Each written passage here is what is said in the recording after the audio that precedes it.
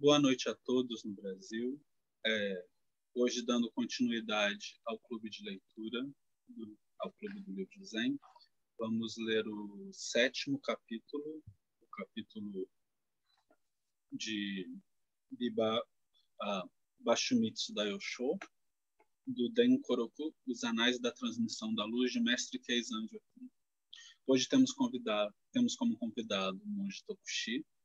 Tokushi-san, é um prazer tê-lo conosco mais uma vez. Muito obrigado por sua prática, é sempre bom revê-lo. Por favor, a sala é sua, fique à vontade. Boa noite a todos, a todas. Tem gente nova aí que eu não conheço, né? Eu estou um pouco afastado do grupo, porque graças, né? A gente conseguiu abrir novas turmas lá no dojo para receber novos alunos, e isso empenha as noites de segunda e quarta agora.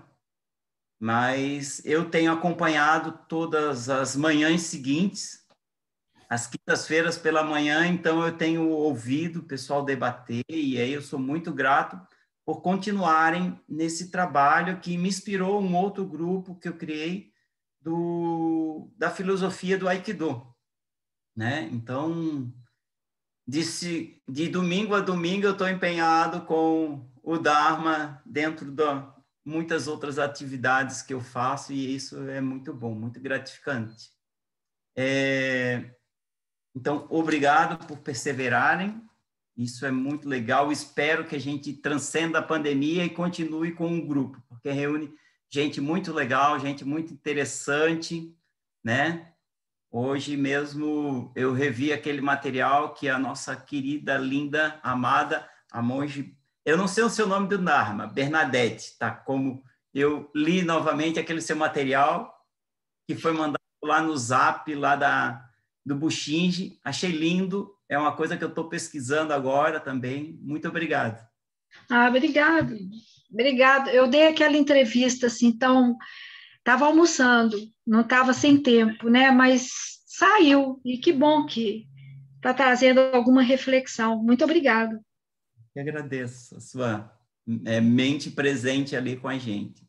E Ryosan também estava aí, eu estava vendo ele, e eu assisti uma entrevista tá lá, relocalizei, com o querido amigo, o Léo Sensei do Aikido. Então, o Ryosan Sensei deu uma apresentação muito legal lá junto ao Léo Sensei, que é do Aikido, e trouxe bastante coisas significativas.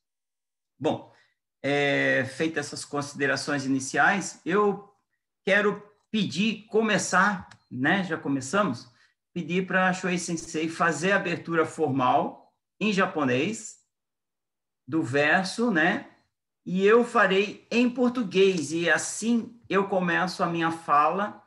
Não vou entrar direto no texto agora, e aí, com isso, já inicio a minha fala, apresentei um texto que vai nos ajudar a entender o texto do meu ponto de vista, não é uma compreensão, talvez, com profundidade, que Joken-san, Shuei Sensei, Ryosan Sensei, a própria monja Bernadette, agora com toda a sua sapiência, apresentariam, mas é o que eu consegui alcançar. Então, eu vou começar pelo verso de abertura dedicatória do estudo. Então, Shuei Sensei pode, por gentileza, fazer a referência em Nihongo para a gente? Posso sim, só um minutinho. Em seguida, eu faço em português. Sim, sim.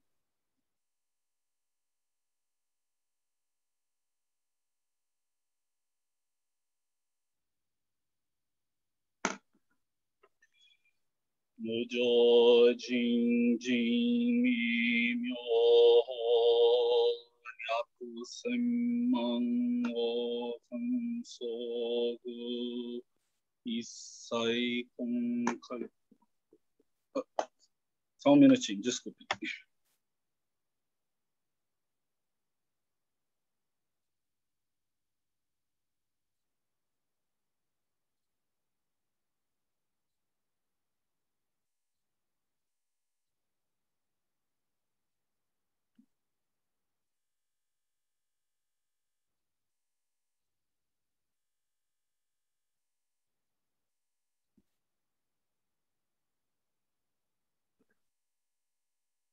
Desculpem.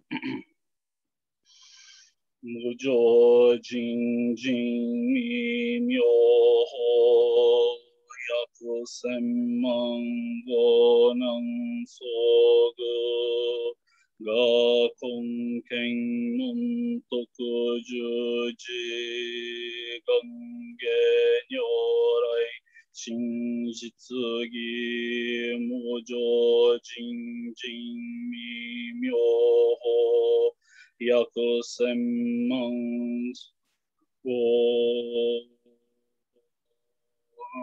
sogu ga konken mon toku juji gange nyorai shinjitsu gi mujo jin jin mi myoho yaku senman go nan sogu ga konken mon toku juji gange nyorai shinjitsu gi. O Dharma incomparavelmente profundo e de uma sutileza infinita é raramente encontrado, mesmo em milhões e milhões de ciclos universais. Possamos nós agora ouvi-lo, aprendê-lo e guardá-lo. Ouçamos cuidadosamente as palavras do Tathagata. Gratidão, Shuei Sensei, pela presteza da oração. Então, eu começo pelos versos de abertura. Então, observo, eu vou ler o textinho porque eu divago muito nas minhas ideias, então já escrevi um texto aqui. Observe que todos nós, em português, usamos palavras similares para esse verso, às vezes distintas, assim como frases são distintas e às vezes similares neste verso, que inicia a palestra do Dharma. Então, por que isso acontece? Alguns fazem referência a milhões e milhões de kalpas. O verso que eu recitei é diferente, talvez, do que você recita, ou certamente é diferente. Mas por que isso acontece, então? Essa particularidade, dessa distinção, já na abertura. O fato se deve às diferenças das traduções? Não. Ele se deve, provavelmente, à forma como os nossos professores, nossos mestres e mestras aprenderam e como aprendemos deles. Qual foi a profundidade do aprendizado que eles tiveram e transmitiram para nós e até que ponto nós conseguimos adentrar na compreensão daquilo que eles nos legaram enquanto estávamos juntos, Então, essa é uma primeira pergunta que eu me faço quando eu leio os textos dos grandes mestres. Até que ponto eu mesmo posso penetrar e compreender e quanto dessa compreensão ela é verdadeiramente do texto ou a superficialidade que eu posso tocar esse texto.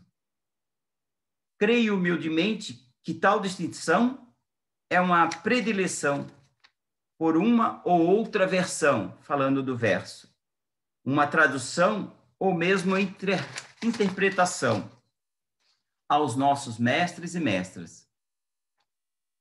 Porque um vai preferir uma palavra em detrimento de outra. As palavras trazem, além do seu significado, trazem um poder ao serem pronunciadas e expressam, sobretudo, uma ideia a qual se quer dar destaque.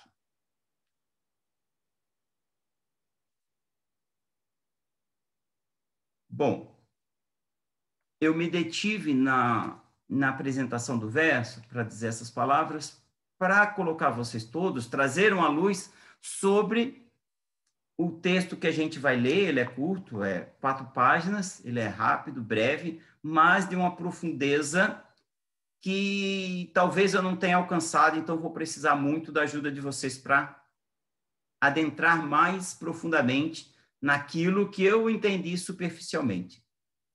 Creio que todos nós já devemos conhecer a expressão esotérico e exotérico, né? Esotérico, aquilo que é para fora, e esotérico, aquilo que é hermético, aquilo que é fechado. Essa expressão esotérico e exotérico se deve às escolas de mistérios, famosas escolas de mistério, né? E por que o Zen não seria diferente?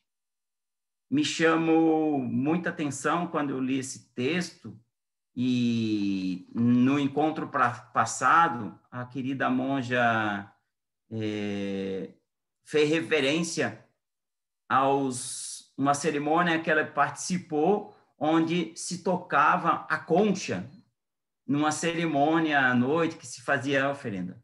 Eu tive a oportunidade de ser um dos tocadores de concha, né, o Shuei Sensei e Jochen, que me acompanhava naquela época aí orientando, e aí a gente foi fazer uma faxina lá, um SAMU, na estátua de Kanon. E eu perguntei para Jochen-san, aquilo que está ali abaixo da estátua não é japonês, é sânscrito, né? É sânscrito. E ele me responde, aqui tem muitos mistérios a olho nu e escondido ao mesmo tempo, né? Porque não estão claro todas as coisas, ou não chegam tão claro assim para a gente. Então, é preciso ter um conhecimento prévio e ter quem te abra esses caminhos, esses portais do Dharma.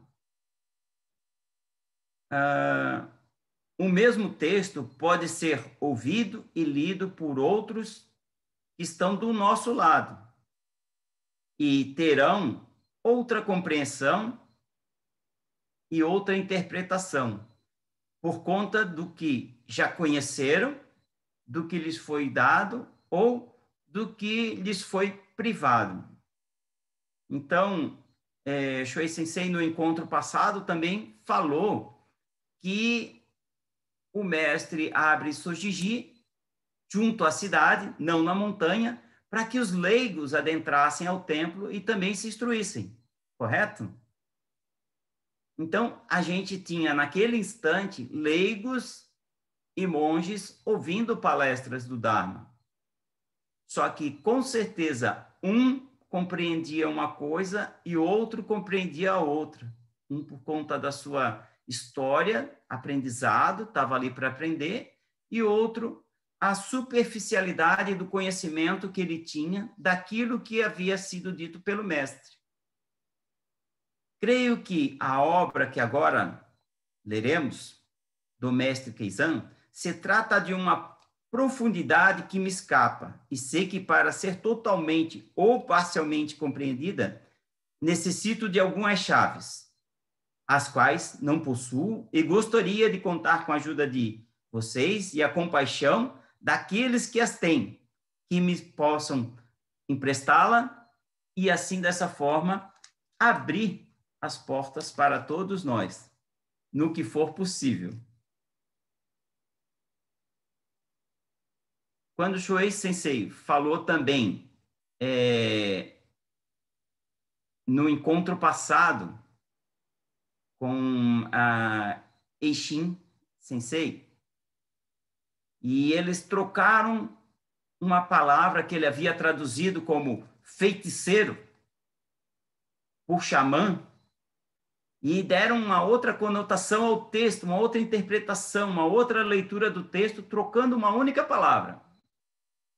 E aí, no dia, eu já me recordei dos 3 reis magos. A palavra mago vai gerar a palavra magia, mágico, aquele que possui um conhecimento, né? Não é o mesmo sentido hoje que a gente tem do mágico, que torna uma ilusão. Provavelmente aqueles 3 não eram reis, ou seja, não tinham um império. O título de rei é porque eles dominavam esse mundo da feitiçaria, esse mundo xamânico, como foi trocada a palavra. Mas, independente da palavra, eles possuíam um conhecimento acima dos outros.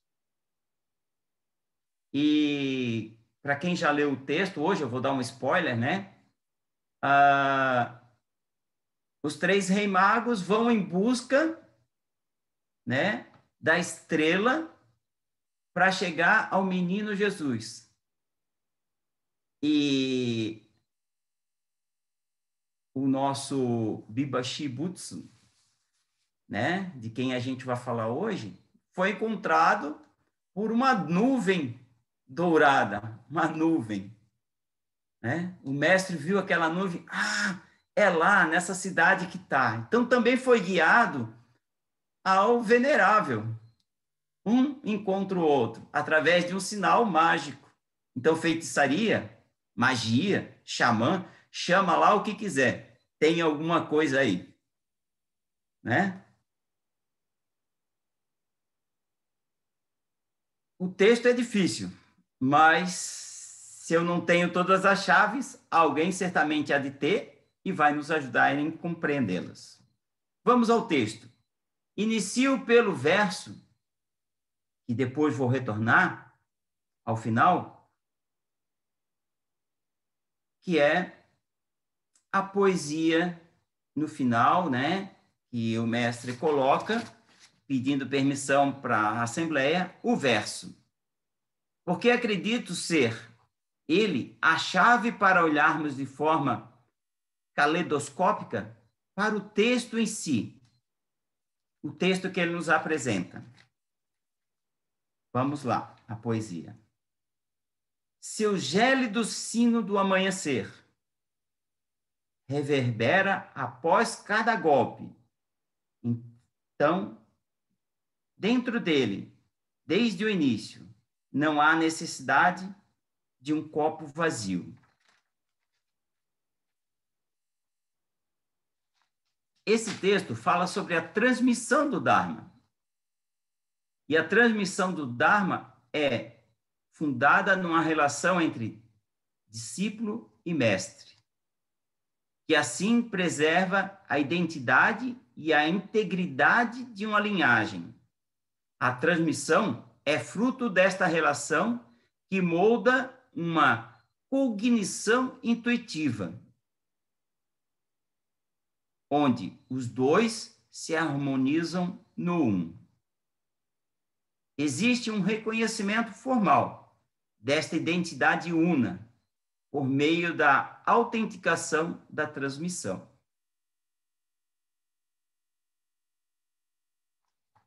Vamos ao texto, depois eu volto para cá, porque tem mais coisas interessantes ali. Alguma colocação? Alguém gostaria de fazer algum questionamento? Alguém já tem a chave para nos ajudar? Então, vamos ao texto. Capítulo 7. Bashumitsu. Caso. O 7º ancestral foi o venerável Bashumitsu. Certa vez, ele colocou um recipiente de bebida alcoólica na frente do venerável Mishaka. Fez uma reverência e permaneceu de pé. O venerável lhe perguntou: este recipiente é meu ou seu? O mestre refletiu sobre isso. O venerável lhe disse: se você pensa que este recipiente é meu, ainda é sua mente original. Se pensa que este recipiente é seu, você receberá meu Dharma. Ao ouvir isto, o mestre realizou grande despertar, Daigo, compreendendo a natureza original e não nascida. Nota de rodapé importantíssima, importantíssima, porque aqui já está uma das primeiras chaves para a gente entender esse parágrafo, que é tão profundo.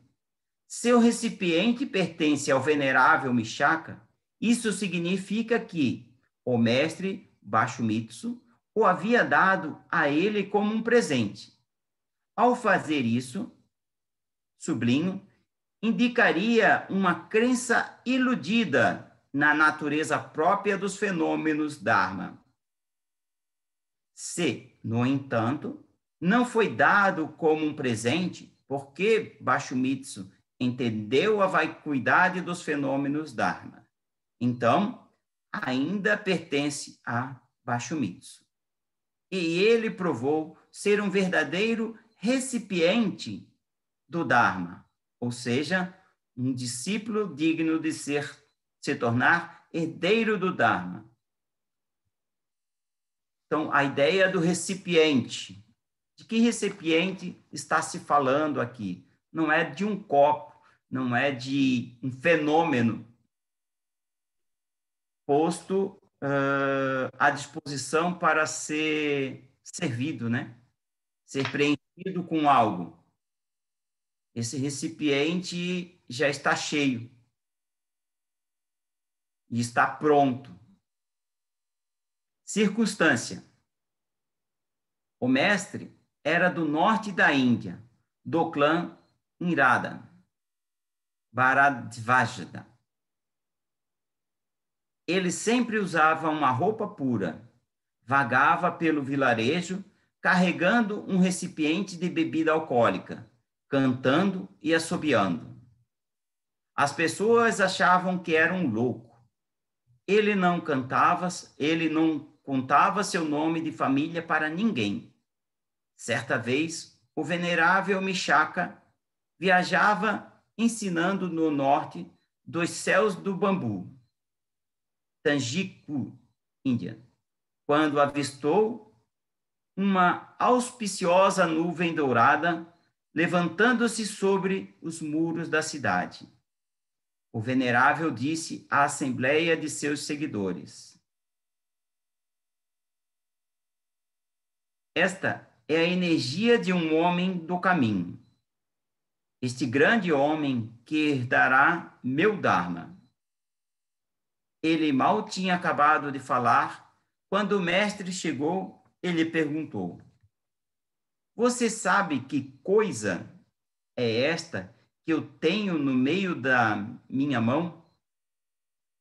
Coisa. Nota de rodapé. Mono, motsu. Coisa, objeto. Esta palavra é a chave para a compreensão da passagem. Porque a tradição Chan, Zen, se baseia na proposição de que, desde o início, não há uma única coisa. Esse ditado, atribuído ao sexto ancestral, Daikan Eno, no Sutra da Plataforma, expressa a doutrina Mahayana da vacuidade. Destaco a palavra-chave mais uma vez. O venerável respondeu: é um recipiente impuro, impróprio para aqueles que são puros. Recipiente impuro.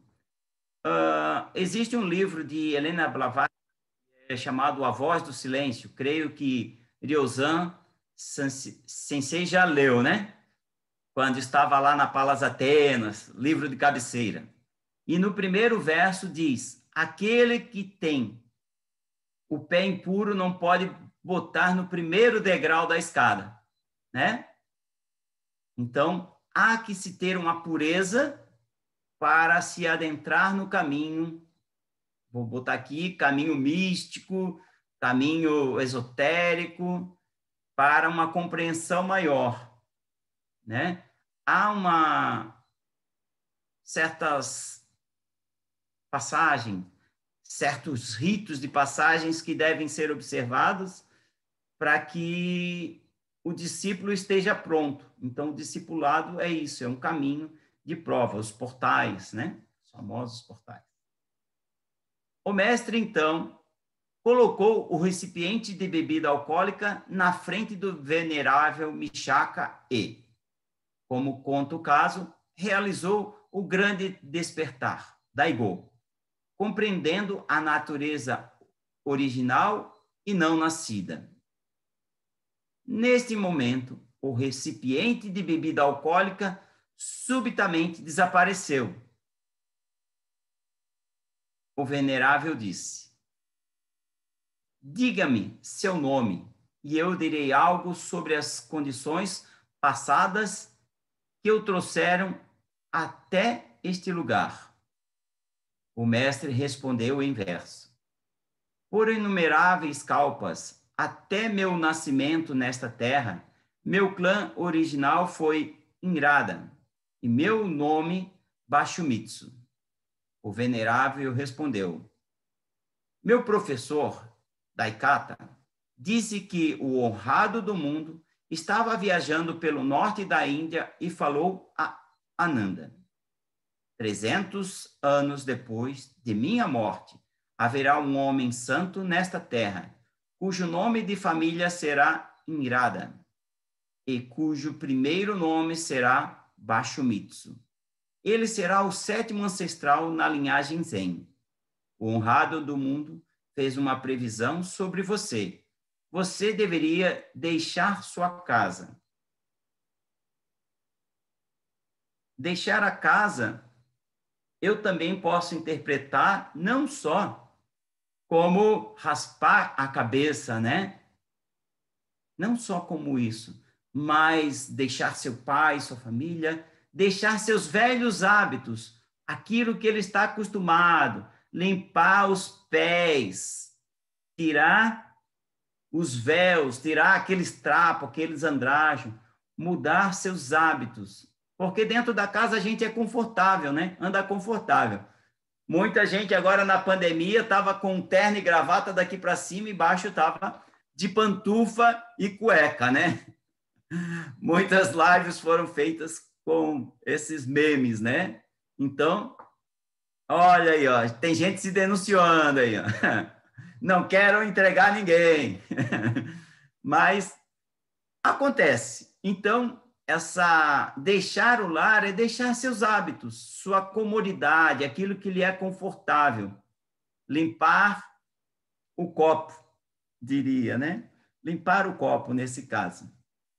O mestre respondeu: refletindo sobre minhas existências passadas, eu me lembro de ter sido um patrono que doou um assento repleto de joias a um Tathagata.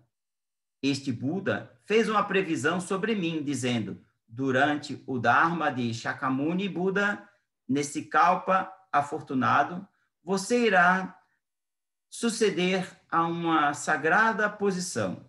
Por esta razão, ele se tornou o 7º ancestral do Dharma.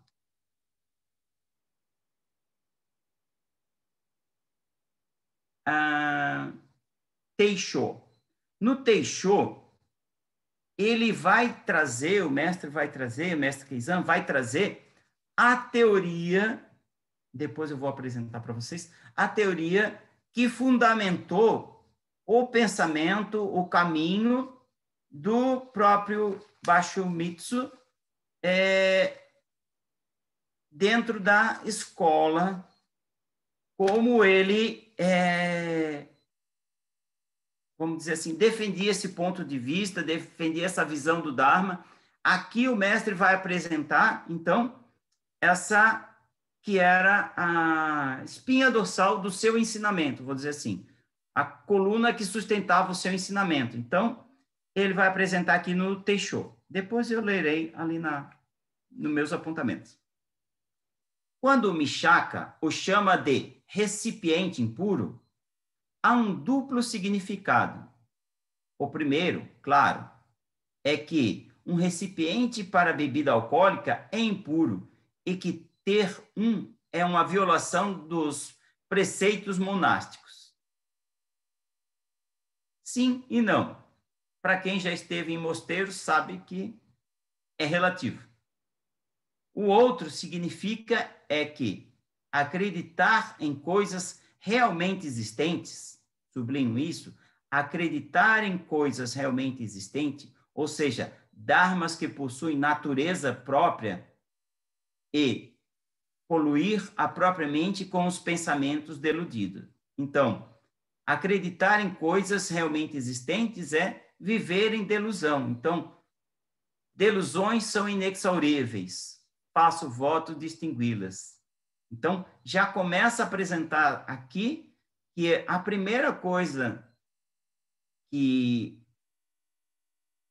Bashumitsu vai ter como cerne do seu ensinamento, a medula do seu ensinamento é romper as delusões, porque ele próprio, quando limpou a taça, limpou a si mesmo, caiu por terra todas as suas delusões.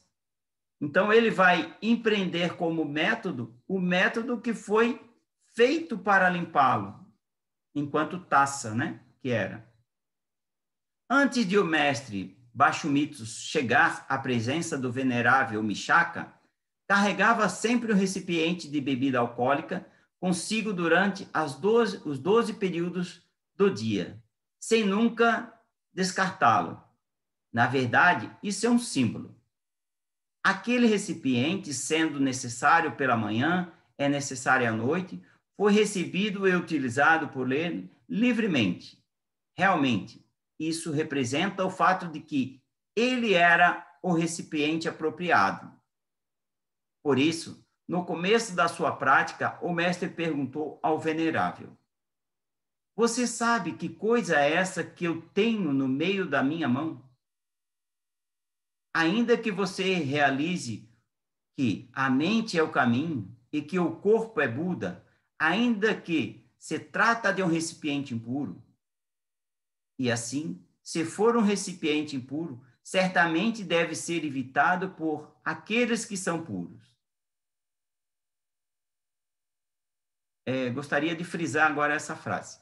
Vocês também devem entender que esta crítica se estende ao passado e ao presente, e também deve saber que se aplica à completude futura.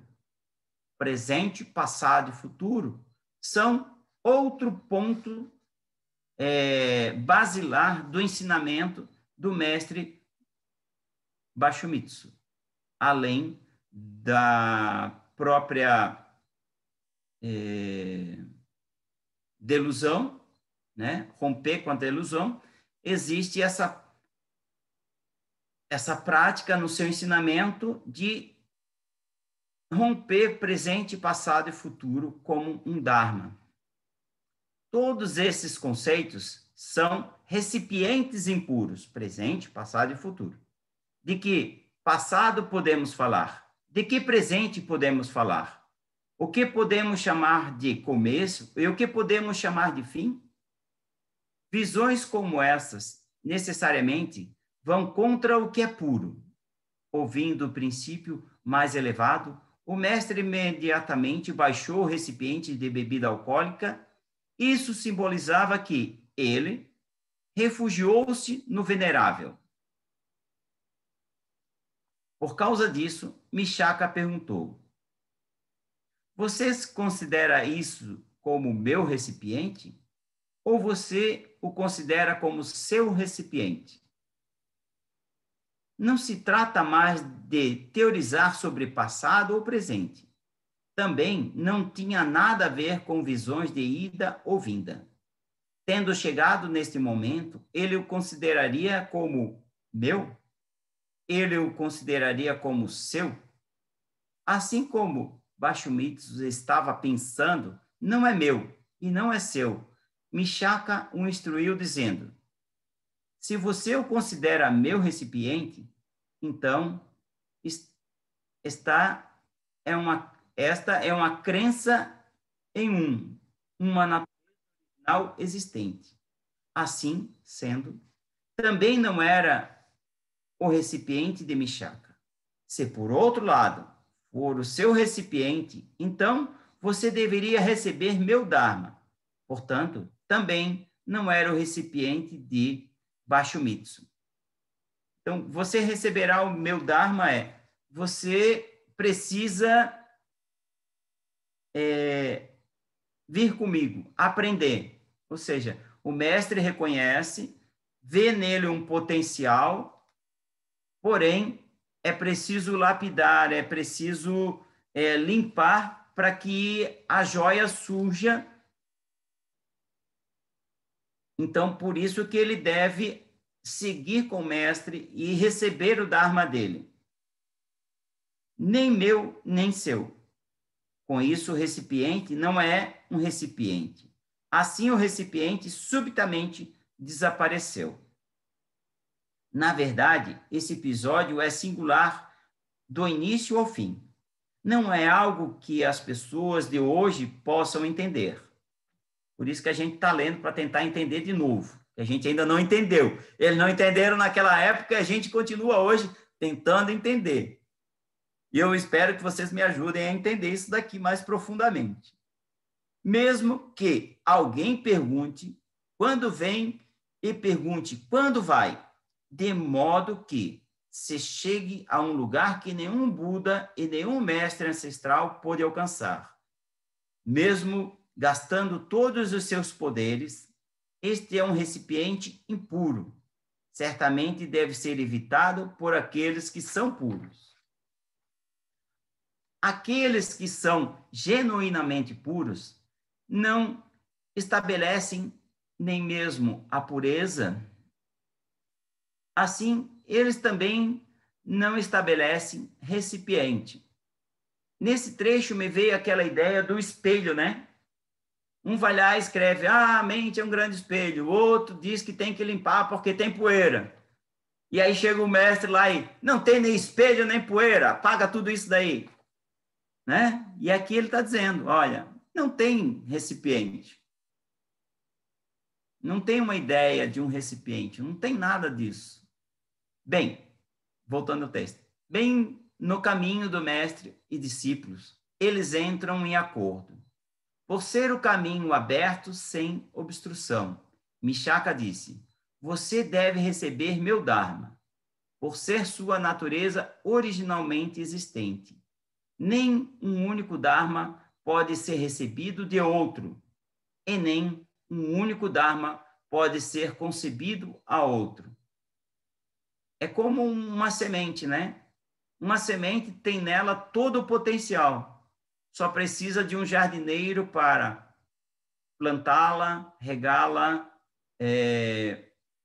fertilizá-la. Então, o mestre chama ele, acolhe ele, porque ele já tem tudo isso. Só precisa das condições necessárias para aflorar esse Dharma que já estava em Bashomitsu. Ao investigar exaustivamente assim, qualquer um pode ser chamado de mestre ou discípulo. Assim, o discípulo imediatamente sobe à cabeça do mestre, e o mestre desce imediatamente aos pés do discípulo. Naquele momento, ambas as coisas deixam de existir, e cessa a discriminação, de modo que é difícil falar de um recipiente. Então, o recipiente subitamente desaparece. Isso simboliza a penetração adequada no caminho. Como eles estavam na Índia, eu pensei com outras tradições que existiam na Índia no mesmo período e tem a ideia da criação e destruição o tempo todo, aquelas deidades, né? E penetrar no caminho, entender o caminho, seria, para mim, né? Essa compreensão da roda do samsara, de nascimento e morte, entender que vida e morte são de extrema importância, né? Os dois fazem parte. Entender além das aparências. Essa penetração seria compreender além das delusões, olhar além do que a vista pode ver. Continuando no texto, então, hoje, se vocês são capazes de chegar a esse ponto de vista, vocês não são seu antigo corpo-mente. Assim também é difícil entender ao passado e ao presente. Não vi aí no grupo hoje Shoshin, nosso querido monge Shoshin, mas monge Berti está aí representando. E ele sempre fala, né? Ele sempre nas falas dele, no texto, quando ele apresenta e quando a gente conversa aqui, ele sempre fala assim, tudo começa e acaba numa Kahanya Haramita Shingyo. sempre eles vão citar Macarrânia de alguma forma. E aqui eu queria fazer a minha homenagem a Xoxin, se ele não, ele vai ver a gravação depois, mas está aqui. Como ele sempre prevê, ele está aqui. Quando vocês podem se referir a nascimento e morte ou ir e vir? Pode existir pele, carne, ossos e medula? Na verdade, é um ponto de vista de um pouco de absorção na vacuidade. Em última análise, sem frente ou trás, interior ou exterior. Hoje, novamente, tenho palavras humildes que gostaria de adicionar ao episódio acima mencionado. Grande Assembleia, desejam ouvi-la? Verso. Se o gélido sino do amanhecer reverbera após cada golpe, então, dentro dele, desde o início, não há necessidade de um copo vazio.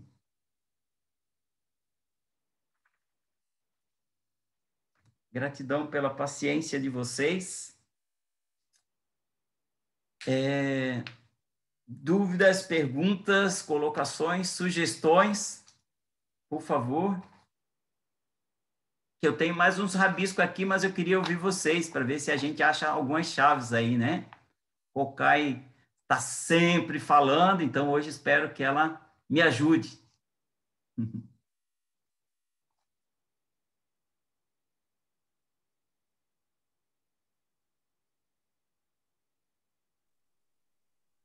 Tokushi-san. Hi, Deus-san. Boa noite, amigo. Boa noite. Eu acho que eu quero voltar naquela frase, né, atribuída a Shakyamuni Buda, né, no momento do despertar, né? Eu e todos os seres da grande terra simultaneamente nos tornamos o caminho. E lá, quando ele diz que todos nos tornamos o caminho, independe da manifestação, independe se alguém ou algo é um recipiente adequado ou não para receber o Dharma. Se a pessoa ela é cega, se ela é surda, se ela é muda. Independe da condição, independe de ser humano. Porque quem chega naquele ponto do despertar, ele está vendo a realidade de tudo, em tudo, independentemente do vasilhame. Por isso que o copo desaparece. Por isso que quando você bate no sino, independe de ter um copo que seja puro ou impuro, com bebida alcoólica ou não. Está tudo incluído, né? Sem nenhuma restrição, além da discriminação. Já está lá. Nós já somos o que nós queremos nos tornar. Alguns vão se tornar, outros não vão se tornar, mas tudo aquilo é natureza Buda. O cachorro sarnento, fedido, né, da Índia, né? Que ele não era um pet. Ele era uma coisa asquerosa que ninguém queria, né? E se alimentava de lixo, de porcos, né? Aquele cachorro sarnento, fedido, transmissor de doenças, numa época que não tinha vacina. Imagina a ojeriza que as pessoas tinham daquilo, né? Daquele animal. No entanto, ele tem natureza Buda? Mu. Eu sou um vasilhame para o Dharma? Mu. Eu acho que todos nós, de uma maneira ou de outra, a minha mestra começa dando esse recado, né, para todo mundo. Eu também dou muito esse recado para todo mundo, né? Se eu conseguir um dia, né, fazer Shuketo Kudo, para mim aquilo já foi já era para mim a maior realização da minha vida. Como que uma criatura, né, um vasilhame tão impuro, né, que assim, a gente tinha, minha família tinha um apartamento num prédio na Praia Grande. Naquela época eu tinha 12, 13, 15, 17 anos. Quando o carro da minha família chegava e eu estava dentro do carro, tinha um monte de gente que voltava para São Paulo. Porque eu era um demônio. Eu fui expulso de 3 colégios. Eu fui expulso de um colégio de padre, dos padres agostinianos. Eu tive que jurar me comportar bem para poder voltar, porque naquela época lá, quando eu fui fazer a matrícula, estava tudo fechado, ninguém me queria. E minha mãe ficou desesperada, né? Queria me internar, né? Num colégio interno, para ver se tinha um jeito, aquele demônio, né? E o padre virou para mim e falou assim: vem cá, vamos comigo na capela. Ele me fez ajoelhar e prometer que eu ia me comportar durante um ano, que durante aquele ano ele ia deixar eu ficar lá. E depois a área vai procurar, vai fazer matrícula em outro lugar, entendeu? E eu prometi. E eu cumpri. Eu me comportei durante um ano. E depois eu saí fora. Saí do colégio agostiniano, fui fazer o colegial no Mackenzie, né? E aí eu era um cara que eu tirava nota para mim não era problema nenhum, né? Agora bombava de falta. Bombei 2 anos por falta, porque eu ia aprontar, eu ia fazer de tudo lá. Isso é DRH, hoje seria diagnosticado como DRH. Agora sim, se uma criatura demoníaca dessa conseguiu alguma coisa, e essa alguma coisa não é a minha realização, mas é a constatação daquilo que é, então está acessível para todo mundo, né? Minha mestra diz a mesma coisa, né? Aquela época dela desregrada, casou com 12 anos de idade, perdeu o marido num acidente, né? Bom, Se meteu com droga, foi presa na Suíça. Sim. Né? E ela foi presa porque ela estava levando aquela droga lá como algo capaz de abrir os portais do espírito, da espiritualidade. E aí hoje ela fala assim, não precisa de nada disso. Não precisa daquela droga, é só respirar no zazen, né? Respira no zazen. Posso fazer um adendo? Claro. Eu sempre digo aqui, quando vem as pessoas, às vezes me procurar, e aí algumas pessoas falam, mas tal lugar é melhor do que tal local, os evangélicos, não sei o quê, fazem críticas, assim. Eu sempre digo assim, e eu vivia num bairro que não era bairro pesado, mas tinha alguns garotos que foram para as drogas e depois saíram porque entraram em alguma congregação religiosa, coisa tal dessas, né? E eu sempre digo assim, olha, tem sempre um chinelo velho para um pé descalço. Né? Alguém vai dar um acolhimento, um encaminhamento. E aí, se a gente vê a história de Bashomitsu, da Yosho depois, se você olhar, ele andava 12 horas, às 12 horas do dia, com um copo de bebida na mão. Era isso que você falou. Um bêbado inveterado, né? Que provavelmente esse cachorro sarnento andava lambendo a boca dele. Mas o mestre viu nele alguma qualidade. Então, eu tenho aqui, ele não dizia o nome para ninguém, mas eu fui lá, vasculhei e achei o nome dele aqui, ó. O nome dele em sânscrito era Vasumitra, que quer dizer aquele que é um excelente amigo. Então, ele devia ser esse cara boa praça, que juntava todo mundo, que conversava, agregava gente ao entorno dele. Talvez esse fosse a sua grande qualidade, que o mestre reconheceu, e vamos potencializar isso. Não sei. Mas eu sei que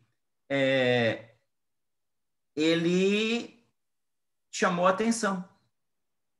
E quando eu li esse verso do sino, o que eu pensei assim, eu toquei várias vezes o Daibon Show lá em Sojiji, né? Várias vezes, foram 2, que eu tinha medo de ir lá para cima sozinho e fazer tudo errado, né? Porque você fica lá sozinho, tem que estender tapete, e aí tem que fazer a oração para pedir aquele tapetinho de palha, e eles batiam na parede, fica atrás da porta lá, né? E me mandavam repetir, a única coisa que eu sabia em japonês é repete, moichido, mais uma vez, moichido, moichido. O João quem rima, mas é verdade. E eu moichido mais uma vez, eu tinha que dizer aquele verso porque o meu japonês era horrível. E eu levava anotado, mas eu estava tão nervoso que eu não conseguia nem ler aquele negócio. E aí, depois de me sacanearem umas 3, 4 vezes, eles pegavam um tapete, me botavam para dentro, agora eu posso falar, e me davam comida. Mas eles queriam me sacanear. Mas tocar aquele sino, e aí quando eu vi esse poema do sino, eu pensei, o som já está no sino. Assim como o instrumento musical, a musicalidade já está no instrumento musical. Mas precisa que alguém tenha acesso para essa música chegar a outras pessoas, sair do instrumento. Então, o sino está lá, dentro daquela campânula vazia, e a gente ficava debaixo do sino, ele está ecoando, ele é tão grande que tem um eco ali dentro, só do vento passar, ele faz assim, ó. Então, o som já está lá. O que eu acho, assim, é a história que você contou. A budeidade já está presente. Agora, ela precisa achar as condições favoráveis para florescer. E como um pintinho, né? A galinha não fura o ovo, ela choca o ovo. É o pinto que fura de dentro para fora. Então, há necessidade de uma energia daquele que está no caminho, que quer o caminho, se esforçar. Por isso, chama discípulo. Tem que ter disciplina para fazer isso. Porque se você não tiver disciplina, você não acorda às 4 horas da manhã, não enfrenta aquela fila no banheiro, né? 60 cara, eu errei, 60 cara ali de manhã cedo, você apurado para ir no banheiro com 20 minutos para botar aquele monte de roupa e ter que esperar um tamanco, velho, para você entrar e fazer um xixi e voltar correndo antes que o mestre entre. Então, e aí depois você vai ganhando habilidade, vai ganhando agilidade, vai ganhando forma de fazer isso com uma eficiência. Eu discuto muito com a minha esposa, a gente estava conversando sobre. O japonês, ele é muito competitivo, não é? Shoisei, Jokin-san. Eles são muito competitivos, mas eles não são individualistas. A competição é para melhorar o coletivo. É tipo, venha, você consegue também. Então, toda vez que eu estava lá baixado, fazendo faxina, chegava um daqueles antigão, né? O meu senpai, todo mundo era meu senpai ali, né? Santo-san, gambatte kudasai. Vamos lá, se esforça, você pode também. E aí os meninos faziam competição para ver quem limpava na garota mais rápido. Mas não era uma competição. Era, você também pode, venha com a gente. Hoje eu entendo. Não é uma competição. Eu fiz atletismo durante um bom tempo. Você não corre contra o outro corredor. Você está sempre correndo contra você. Porque é a sua marca que tem que melhorar. O outro que corre do seu lado é um estímulo para você se desenvolver, para você melhorar a sua marca. E quando no texto o mestre coloca discípulo é mestre e mestre é discípulo, ele está dizendo, já está pronto. Agora, mas você precisa do outro para melhorar. Se não tiver quem te dê as chaves, você não vai conseguir abrir as portas para sua autocompreensão também, né? Então, só para finalizar aqui, por favor, Eusan, enquanto eu sim. localizo. Na verdade, essa visão, né? Tudo é natureza Buda, mas poucas pessoas têm o estado de Buda. Poucas pessoas têm esse estado de Buda. Mas quem tem esse estado de Buda vê que tudo é sem nenhuma exceção. Gensha Shibi, né, que diz assim, né? Se você percebe, as coisas são como são. Se você não percebe, as coisas são como são.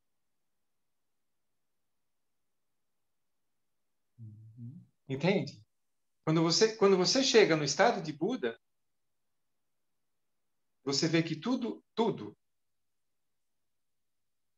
está nesse estado da verdade absoluta, mesmo estando no relativo.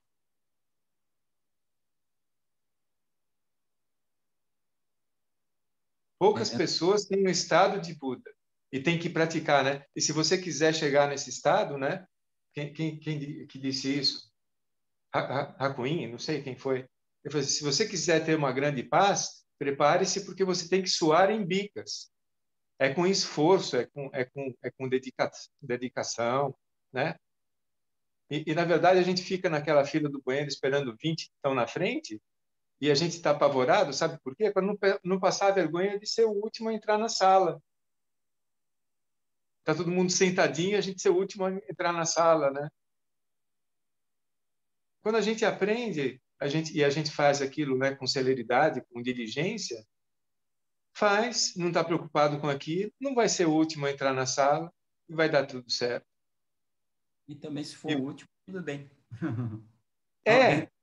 Para quem está acostumado, para quem já passou, ele sabe que ele tem que forçar a outra pessoa a passar por aquela experiência também.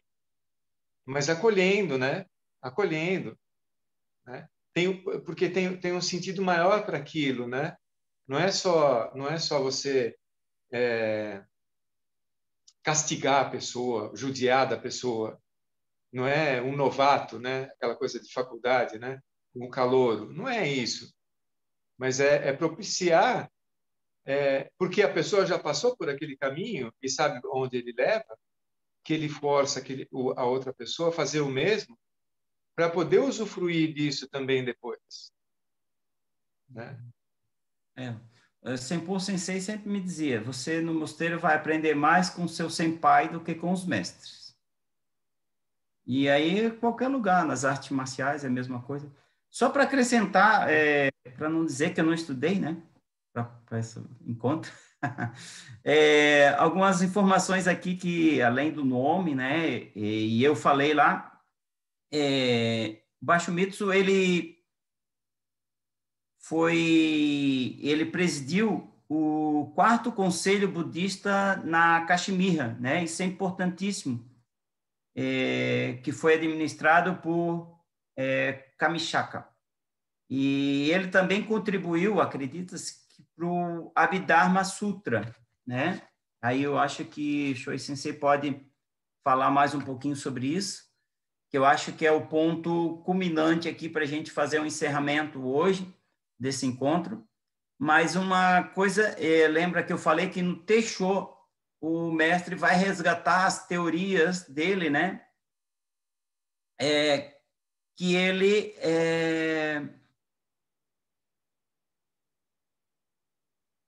ele coloca a questão do presente, passado e futuro. E ele se opôs a essa tese da escola Sarvastivada, se eu não pronunciei certo, também me perdoem, que existia um Dharma no presente, no passado e no futuro. Ele vai de encontro, né? Vai contra essa ideia, apresentando uma nova ideia. Por isso que no texto a gente vai ver o mestre falando várias vezes da questão do presente, passado, futuro. Ele traz sempre no texto, em alguns parágrafos, ele vai repetindo essa ideia, que era a ideia central do pensamento do 7º patriarca, né? Então, era isso. Eu acho que Shoei Sensei tem umas coisas importantes a dizer sobre esse conselho, o 4º conselho, e o próprio Abhidharma Sutra, né?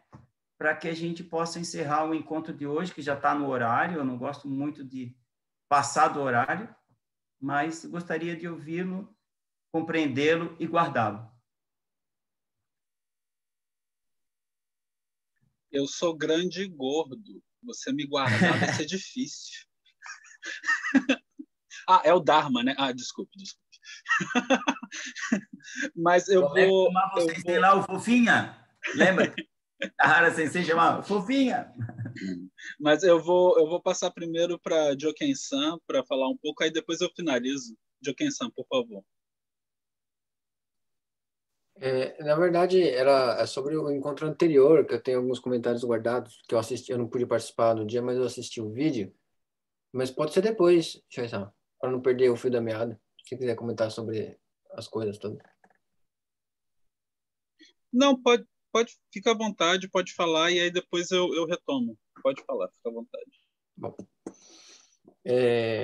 na verdade, não é nem sobre o texto de hoje, é sobre o encontro anterior, que eu gostaria de acrescentar alguns pontos, que eu assisti o vídeo depois e achei interessante compartilhar com o pessoal. Primeiro, não sei se todos participaram, se todos lembram, da questão do termo feiticeiro, xamã e tal, né? O caractere usado é sen. Esse sen, normalmente ele é traduzido como eremita, na verdade. E esse termo sen, ele era muito usado para designar aqueles eremitas que tratavam das crenças, das práticas taoístas, confucionistas. E esse caractere sen, que significa eremita, ele se escreve com duas partes, uma parte significa pessoa e a outra parte significa montanha. Então, é uma pessoa que fica na montanha, sozinho, vivendo sozinho na montanha, praticando, né? Algumas dessas práticas eram práticas místicas e coisas do tipo, né? Esse é um ponto. Outro ponto, que é uma questão interessante, que o Rossan levantou sobre o porquê de que o budismo japonês se utiliza dessas práticas que vêm do shintoísmo ou de outras tradições místicas, né? A forma mais simples e mais fácil de a gente falar isso é Hoben, né? Que são os meios hábeis, né? Mas é interessante entender por que as pessoas chegaram nessa ideia de que significam meios hábeis, né? A gente precisa entender primeiro o que é o shintoísmo. O shintoísmo, essa religião que é natural do Japão, ela não tinha nem nome, né? Ela passou a ter nome alguns séculos atrás por conta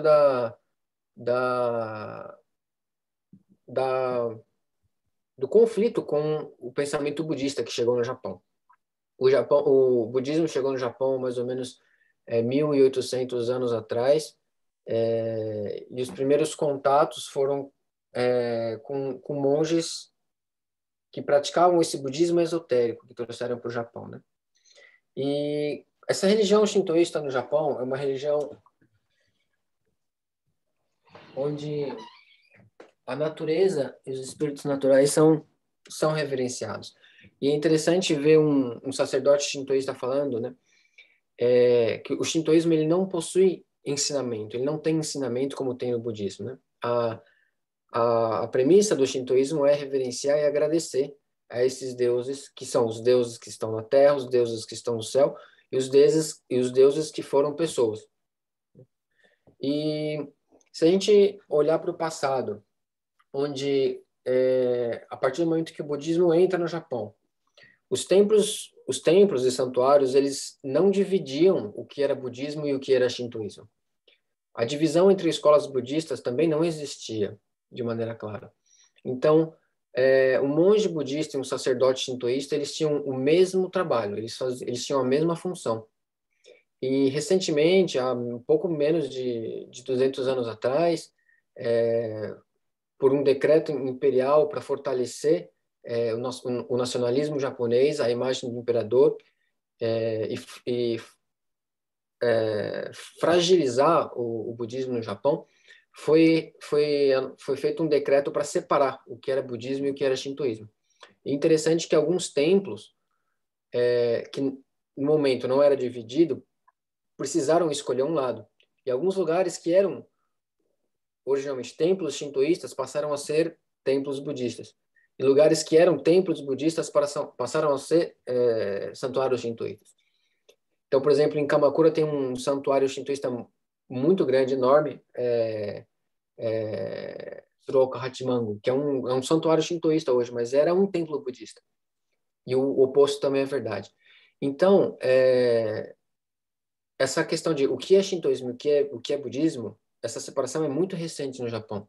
E como o Japão é um local, um país, é uma cultura onde se preserva muito a tradição passada de geração em geração, o que era praticado desde a antiguidade, reverenciando deuses shintoístas ou outras imagens que não são do contexto budista, outras práticas que não são do contexto budista, foram mantidas, mesmo depois da separação.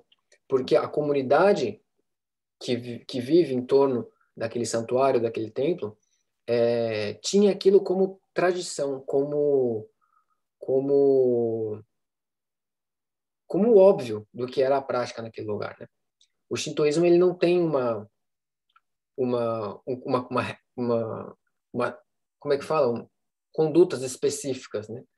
Regras específicas como nós temos, por exemplo, na Sotosho, né? Então, muita coisa foi misturada e isso foi sendo mantido como tradição.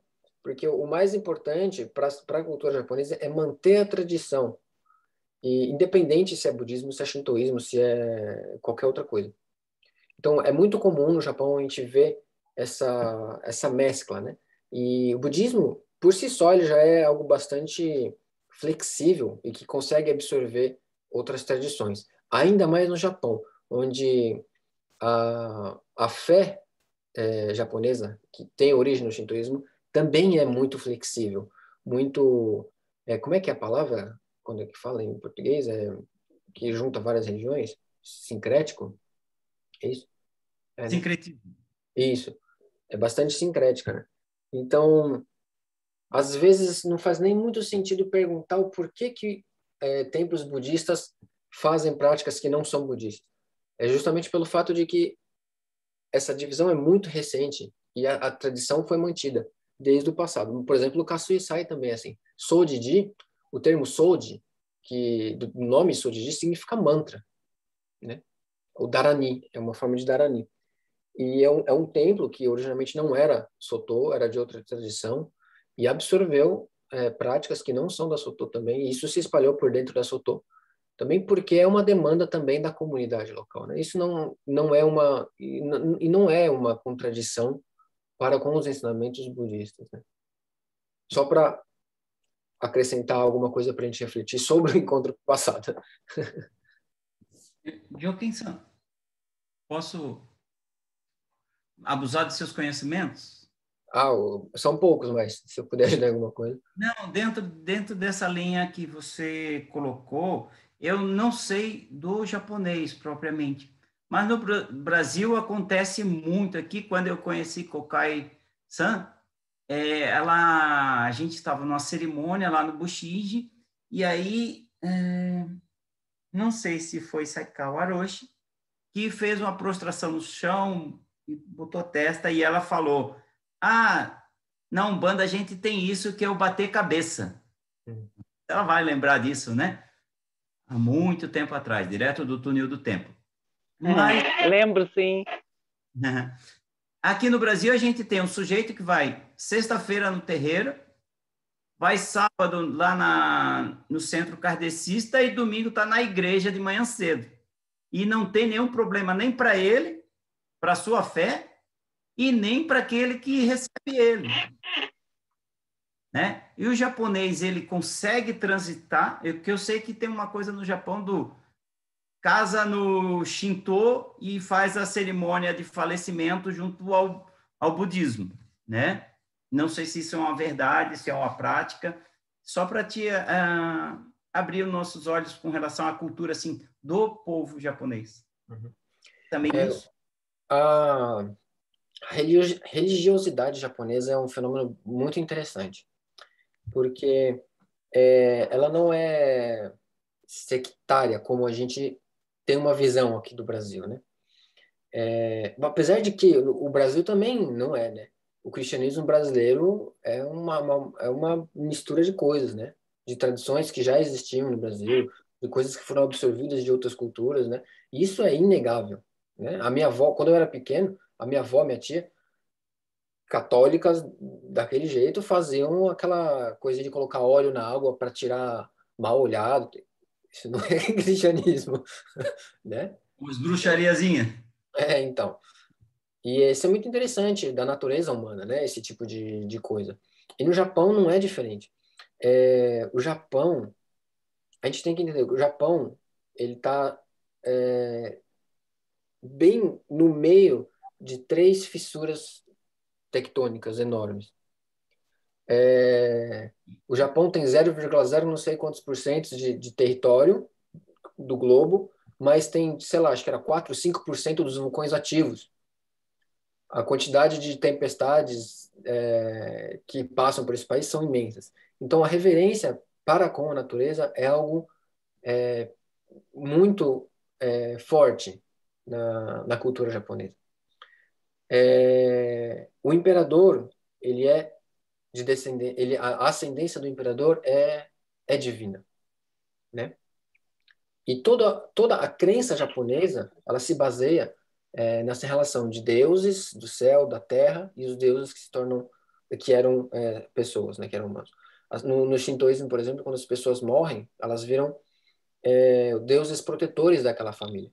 Então, existe muito regionalismo. Essa região tem determinado deus protetor que faz determinadas práticas para oferecer alguma coisa para essa deidade, para que essa deidade proteja aquela região. Na outra região, é outra deidade, com outra prática, com outro tipo de oferenda. E isso já existia desde muito tempo. E o budismo entra no Japão, tanto pela Península da Coreia, quanto pela China, e dá de cara com esse tipo de prática.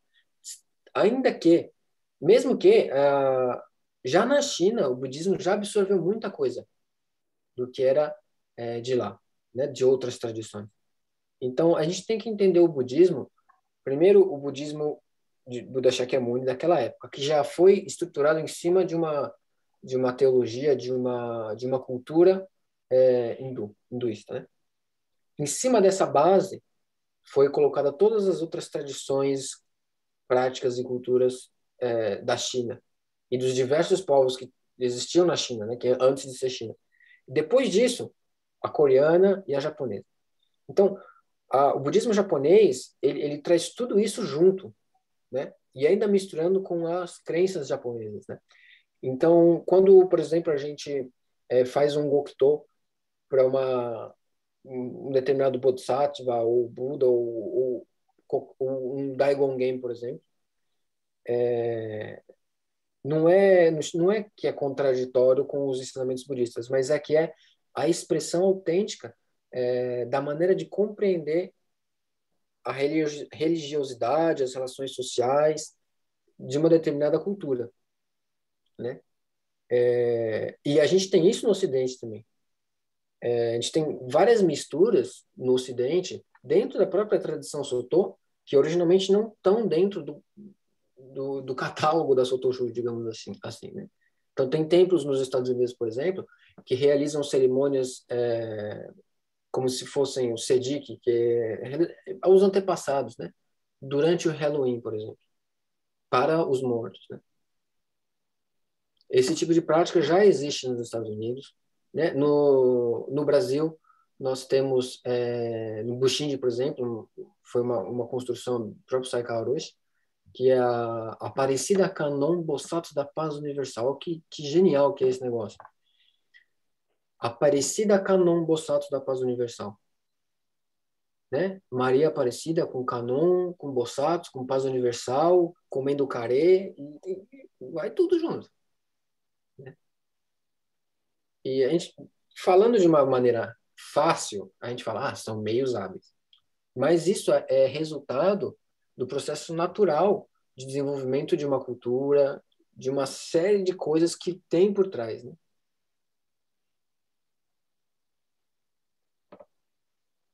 Gratidão. Muito obrigado, Joken-san. É isso. Assim, quando a gente chega no Bashumitsu da Yosho, a gente tem isso, né? Porque ele é um sujeito que ele está ali mais ou menos no ano 100 antes do marco da Era Cristã, né? Ou seja, uns 400 anos, 400, 300 anos depois de Shakyamuni Buda, né? E ele foi o primeiro grande divisor de águas dentro dos ensinamentos budistas tradicionais, entre muitas aspas, né? A gente coloca muitas aspas, porque quando é atribuído a ele o início do processo do Abhidharma, né? Porque o Abhidharma são os comentários filosóficos em cima dos sutras, ou seja, em cima dos ensinamentos originais. Então, quando a gente vê essa história que foi contada hoje, a gente vê pela primeira vez surgir alguns termos chaves que vão dar a base para o budismo Mahayana, né? Então, a gente vê vacuidade, a gente vê fenômenos, objetos, né? A compreensão da natureza original, a compreensão do não nascido, são todos termos que vão dar base para a estrutura da tradição Mahayana que vai florescer, né? Porque a gente não tinha meio que definido nessa época o que era Hinayana ou Theravada atualmente, o que era Mahayana, né? A gente tem uma mistura de tudo isso, né? E aí, com Basho Mitsu, a gente vê pela primeira vez essa questão sendo colocada, entre muitas aspas, à prova, né? Porque a gente vê pela primeira vez a identificação de fenômeno enquanto objeto. Então, esse objeto, ele carrega uma identidade própria ou não carrega uma identidade própria?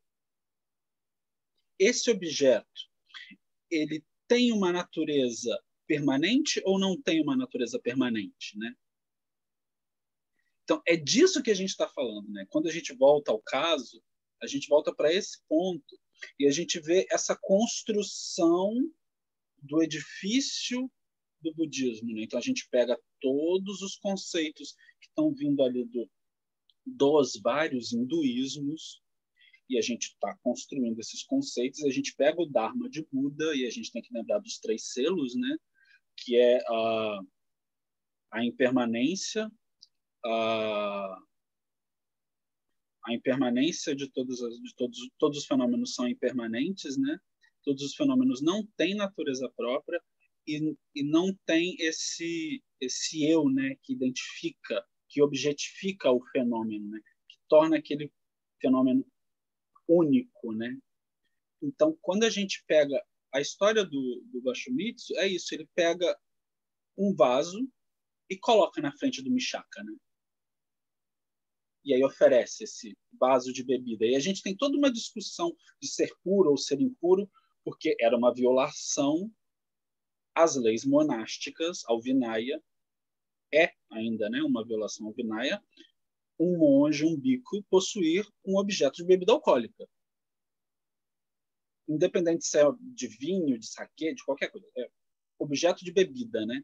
Você usa aquele objeto para beber alguma coisa alcoólica, ou seja, você quebra um preceito. É um objeto de quebra de preceito, né? Então, esse conceito de preceito, esse conceito de puro, esse conceito de objeto, ele existe ou não existe? É esse o ponto que a gente tem que olhar no texto, né? E aí, quando ele coloca isso na frente do Mishaka, e aí Mishaka diz, se você está me dando este objeto, é sinal de que esse objeto algum dia existiu e de que esse objeto algum dia foi seu. Ou seja, o objeto, enquanto conceito, existe, você, enquanto conceito, existe, isso tudo enquanto conceitos separados. E aí, quando Mishaka fala, se você me dá esse objeto é seu, você não entendeu o que eu quis dizer. Se esse objeto continua do jeito que está e é seu, você também não entendeu o que eu quero dizer. Então, voltando ao texto, a circunstância, o que vai acontecer na circunstância? Acontece algo incrível que às vezes as pessoas passam, leem e não entendem. O vaso some. Ele desaparece completamente. Ou seja, cai. Não existe mais vaso, não existe mais Mishaka, não existe mais Basho Mitsu, não existe mais nada. Porque está para além desse existir, né? Está para além dessa conceitualização. Então, quando o Bashomitsu realiza isso, quando ele realiza essa compreensão, e aí é só a gente voltar no texto, e aí no texto está lá claro, né? Ao ouvir isso, o mestre realizou o grande despertar, compreendendo a natureza original e não nascida. Ou seja, não é que não nascida, não é que não nasça. Mas aí a gente pode relembrar o que Joken-san colocou há um tempo atrás sobre essa questão desse não, né? Não é que seja uma negação de nascimento, mas seja algo que acontece antes do próprio nascimento, é um momento anterior a essa origem do conceito, a essa origem da objetificação desse fenômeno, né? Então, quando Bashomitsu percebe isso, até mesmo aquele recipiente que estava ali na frente dele some, deixa de existir enquanto, e aí é o meu entendimento, né? Entendimento do show, deixa de existir enquanto objeto fixo e permanente e volta a ser parte do todo, né? Então a gente relembra lá Shakyamuni Buda, né? E a gente volta ao texto do Dankoroku, que é o que o mestre Keizan está colocando toda hora, né? É isso. É realizar o caminho mestre-discípulo, realizar essa percepção de que você não é separado de nada, de que você está ali com todos os seres, né? O tempo todo com todos os seres. Então, até mesmo, e aí a gente volta à questão dos meios hábeis, que é fantástico, né? Robin, o paia, até mesmo você expressar isso é o paia. Quando é dito num sutra que quando Shakyamuni Buda realiza o despertar, depois que ele realizou, ele fica, e aí tem a frase, né? Aí ele fica um longo período sem falar nada. E ele não fala com ninguém. Porque não era necessário falar, ela simplesmente estava ali realizado. E aí conta-se a lenda que Brahma e Indra vão até Shakyamuni Buda e solicitam que Shakyamuni Buda ensine, né? Pedem para que ele ensine. E aí oferecem dois objetos, oferecem a roda do Dharma e oferecem uma concha, né? A roda do Dharma é que seja girado essa roda de ensinamentos para esse mundo físico, e a concha é que essas palavras possam ser proferidas a todos os locais, né? Por isso, inclusive, que um dos significados de tocar a concha é que todos os locais ouçam que a palavra do Dharma está sendo proferida, né? E originalmente, quando Buda Shakyamuni ia de um local ao outro, o primeiro monge da fila, né, ia na frente tocando essa concha, esse horagai, né, que é uma concha gigante, que é tipo uma trombeta, né, para anunciar, olha, o Dharma está sendo manifestado nesse mundo, né? Então são meios hábeis. Você dizer o conceito sacola ou dizer o conceito copo é um meio hábil de você expressar essa natureza original e não nascida. E quando Bashomitsu realiza isso, até mesmo esse copo, que era um copo precioso para ele, desaparece. Era um pouco disso que eu queria compartilhar com vocês. Não sei se eu me fiz entender, mas... Só para constar... Eu vou dizer assim, caiu mais uma ficha agora. Só para constar, né, esse quarto concílio ele foi muito importante, ele foi realmente muito importante.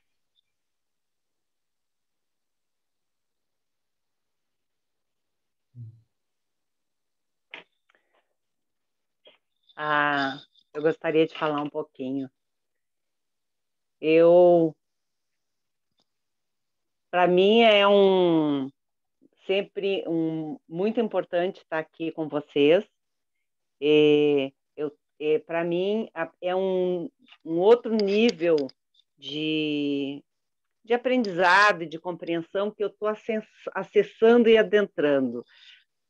E às vezes eu fico um pouco constrangida com a minha insuficiência, com a minha ignorância, porque eu até agora, enquanto praticante, enquanto monja, enquanto uma sensei transmitida, eu só sei falar de uma maneira confortável sobre as 4 nobres verdades, o nobre caminho óctuplo, e eu estou adentrando e compreendendo, e ainda com muita dificuldade de expressar em palavras, todo esse ensinamento mais complexo que tem a ver com o vazio dos dharmas, natureza original e mente. Eu fico ali que nem um coade. Que mente é essa?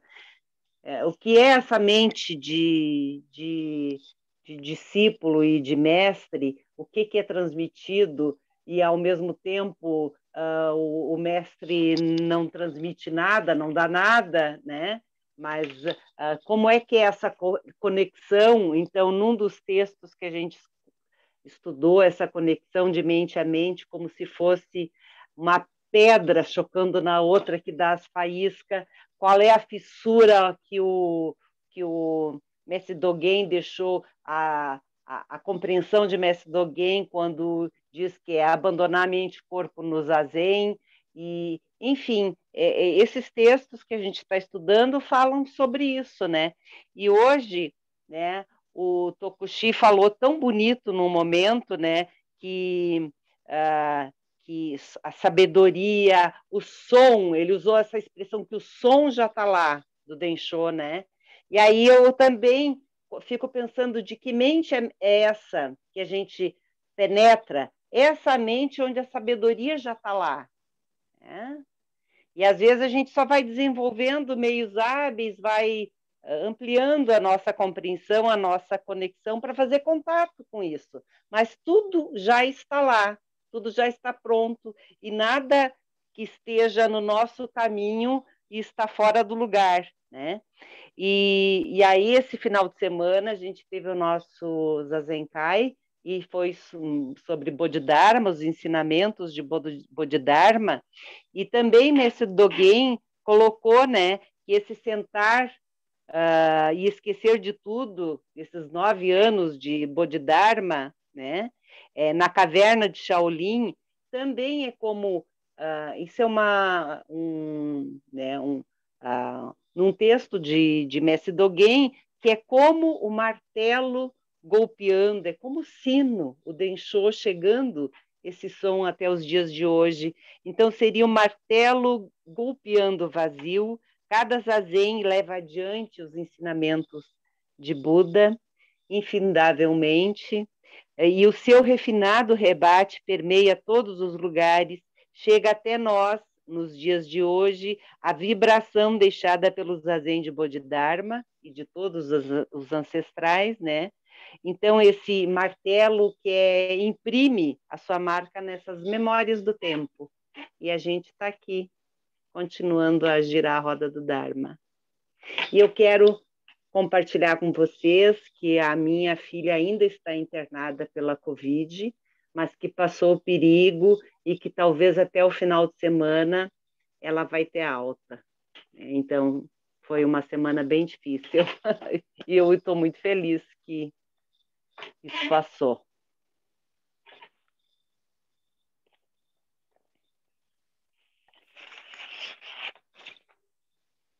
Muito obrigado por suas palavras, Kokai-san. Melhoras para ela, né? É difícil ouvir. Eu estava acompanhando pelo Facebook suas postagens e comentários. Eu fiquei bem apreensivo porque a gente fica, né? Nesses tempos de pandemia é muito difícil, né? Eu particularmente perdi alguns amigos, né? Assim, alguns amigos muito próximos vieram a falecer por conta da pandemia e enfim, é muito triste, muito difícil, muito né? triste. Principalmente aí no Brasil, né? Muita coisa poderia ter sido evitada, mas enfim, vamos seguindo, né? Eu vou deixar aqui o espaço para o Tokushi-san fazer suas considerações finais, pois chegamos no nosso horário, já avançamos bastante. Então, por favor, Tokushi-san, suas considerações finais e depois eu finalizo com recados. Agradecimentos. Novamente agradecer a Choi Sensei, Raquel-san, Kyoho-san, por terem aberto esse canal que possibilita a gente conversar. Eu sempre falo para meus amigos, eu tenho um encontro, antigamente eu dizia isso, né? Mas com os amigos lá do Japão toda quarta-feira, e gente, né, que já veio gente da Inglaterra, da Espanha, conversar com a gente aqui. A gente se encontra com uma sassanga virtual que é tão linda, tão grande, tão enorme, e aí a gente tem que olhar mais adiante, para além das privações que a gente tem, as possibilidades que a pandemia gerou na gente, né? E agradecer a vocês dois por essa iniciativa que eu acho tão linda, que espero que a gente continue regando. Toda vez que for feriado no Brasil, nas quarta-feiras, estarei aqui, né? E fico feliz de ver todos muito bem com a sua prática, né? E que possamos caminhar leve sobre o mundo, sem machucar ninguém, sem nos machucarmos, né? Eu acho isso a coisa mais linda e maravilhosa, que a gente possa ser sutil, né? Eu sempre me lembro, Liozan falou lá no encontro do Léo, né, sobre o Aikido, do Kung Fu, que marcou uma geração, né, do Carradine, e eu acho que aqui todo mundo viu, quando ele pisa em papel de arroz, né, e não deixa a marca. Que a gente possa ser assim, leve e fazer o bem para todas as pessoas e que consigamos evitar o mal através do nosso estudo. Raquel colocou ontem, eu acho, do Bodhidharma, né? Lá no Facebook, e aí ele botou no grupo, e eu li aquilo entusiasmado, que a compreensão intelectual também faz parte do caminho. E a gente tem que entender o que a gente está fazendo. Eu acho isso muito bom. Então, se a gente pode se unir também aqui, aprendendo e ensinando um ao outro, somos mestre e discípulo, como o texto coloca, ao mesmo tempo. E nos 100 anos de Paulo Freire, sujeito ensinante, sujeito aprendente, somos todos, o tempo todo. Mente de principiante. Gratidão a todos. E nas quintas-feiras pela manhã eu estarei com vocês. E à noite de coração nas quartas-feiras. Muito obrigado, Tokushi-san. Muito obrigado pela sua prática, pela sua dedicação. Sabemos, eu particularmente sei, né, porque você veio aqui para Sojiji, conviveu conosco durante bastante tempo. Muito obrigado mesmo. Gostaria de agradecer a Ishoji, sempre um agradecimento eterno por disponibilizar a sala e sempre com muito carinho nos acolher. A Kyo-San, que sempre está conosco, que foi idealizadora desse clube de leitura, né, e que sempre nos acompanha. E é isso, fiquem bem, se cuidem, tomem as devidas medidas de distanciamento social, usem máscara, tomem vacina, é muito importante para se ajudarem a todos os seres. Que os méritos de nossa prática se estendam a todos os seres, que possamos todas realizar o caminho iluminado. Oferecemos a todos os Budas através do espaço e do tempo, a todos os Bodhisattvas e Mahasattvas e a Mahaprajna Paramita da grande sabedoria completa. Bem, se eu não me engano, desse lado do vídeo vai estar um botão de inscrição para o canal do YouTube. Caso vocês queiram, é possível se inscrever. E deste lado vão ter as duas playlists dos encontros desse semestre e do encontro do semestre anterior. Muito obrigado a todos. Fiquem bem.